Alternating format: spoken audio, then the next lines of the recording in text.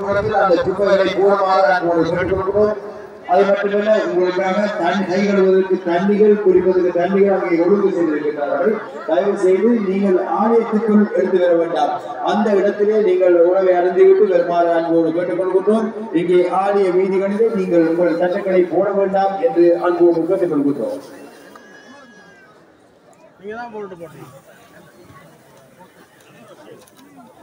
அம்பிகை அடியார்களே, உங்களுக்கு போதிய அளவு அங்கே அன்னதானம் இருக்கின்றது.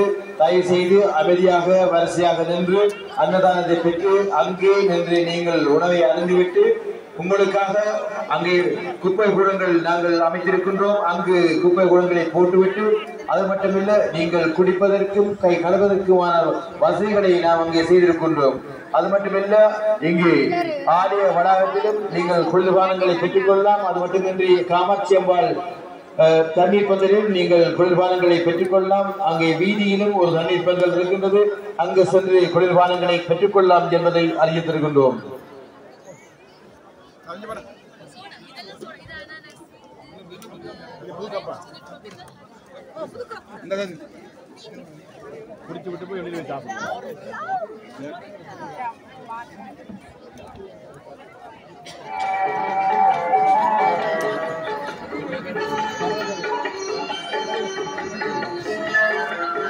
முக்கியமாக இப்பொழுது நீங்கள் அர்ச்சனை செய்வர்கள், அதாவது ஆலயத்துக்குள் கோசாலத்துக்குள் அர்ச்சனை செய்வர்கள் இப்பொழுது செய்து கொள்ளலாம் என்பதை அறியப்படுகின்றோம்.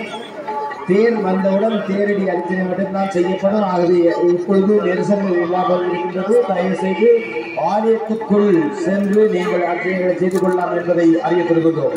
அர்ச்சனை குழுக்களை இங்கே ஆலயத்தின் வீதியிலே அர்ச்சனை கடை அமைந்திருக்கிறது என்பதை அறியப்படுகின்றோம். தயவு செய்து இப்பொழுது முதல் நீங்கள் அர்ச்சனைகளை செய்து கொள்ளலாம் என்பதை அறிய தருகின்றோம். நெரிசல்கள் குறைவாக இருக்கின்றது. ஆலயத்துக்கு அர்ச்சனை செய்வர்கள் இப்பொழுது முதல் அர்ச்சனைகளை செய்து கொள்ளலாம் என்பதை அறிய தருகின்றோம். அது மட்டுமின்றி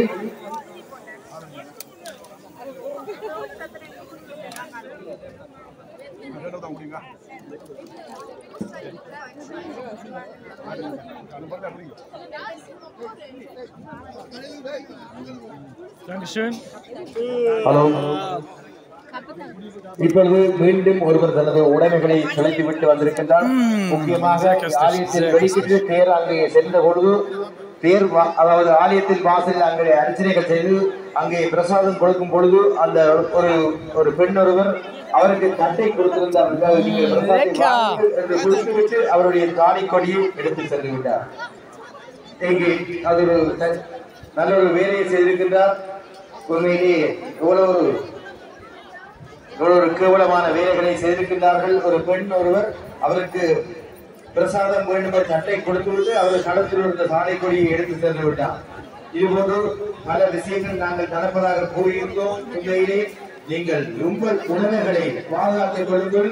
முக்கியமாக அன்னதானம் வேண்டும் இடங்களிலும் நீங்கள் கவனமாக இருக்குமாறு கேட்டுக்கொள்கின்றோம். அங்கே குளிர்பானங்கள் அவதானமாக இருக்குமாறு அங்கு கேட்டுக்கொள்கிறோம். தயவு செய்து ஆலயத்துக்குள் நெரிசல்கள் இருக்கின்றது. அங்கும் நீங்கள் உங்கள் உணவுகளை பாதுகாத்துக் கொள்ளுங்கள், கண்காணித்துக் கொள்ளுங்கள் என்று அன்போடு கேட்டுக்கொள்கின்றோம்.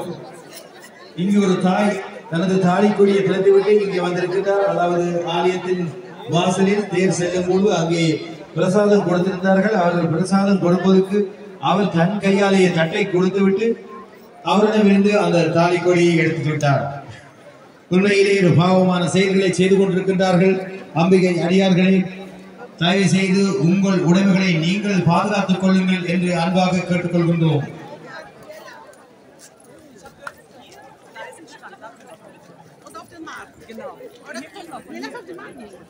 அம்பிகை அடியார்களை முக்கிய அறிவித்தலோடு இப்பொழுது ஆலயத்தின் வெளியே தேர் செல்லும் போது அங்கே ஒரு சாலையை கொடுத்து விட்டார். சாலை கொடியை அழைத்து சென்று விட்டதாக கூறுகின்றார்கள். ஆகவே உங்கள் உடைமைகளை நீங்கள் பாதுகாத்துக் கொள்ளுங்கள் என்று அன்பாக கேட்டுக்கொள்கின்றோம். தயவு செய்து நீங்கள் உங்கள் உடைமைகளை பாதுகாத்துக் கொள்ளுமாறு அன்போடு கேட்டுக்கொள்கின்றோம்.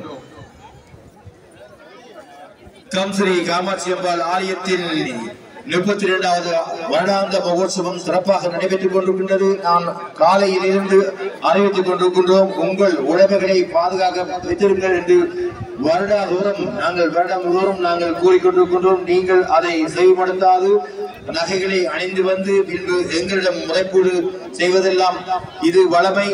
ஆகவே இன்றும் தாரி கொடி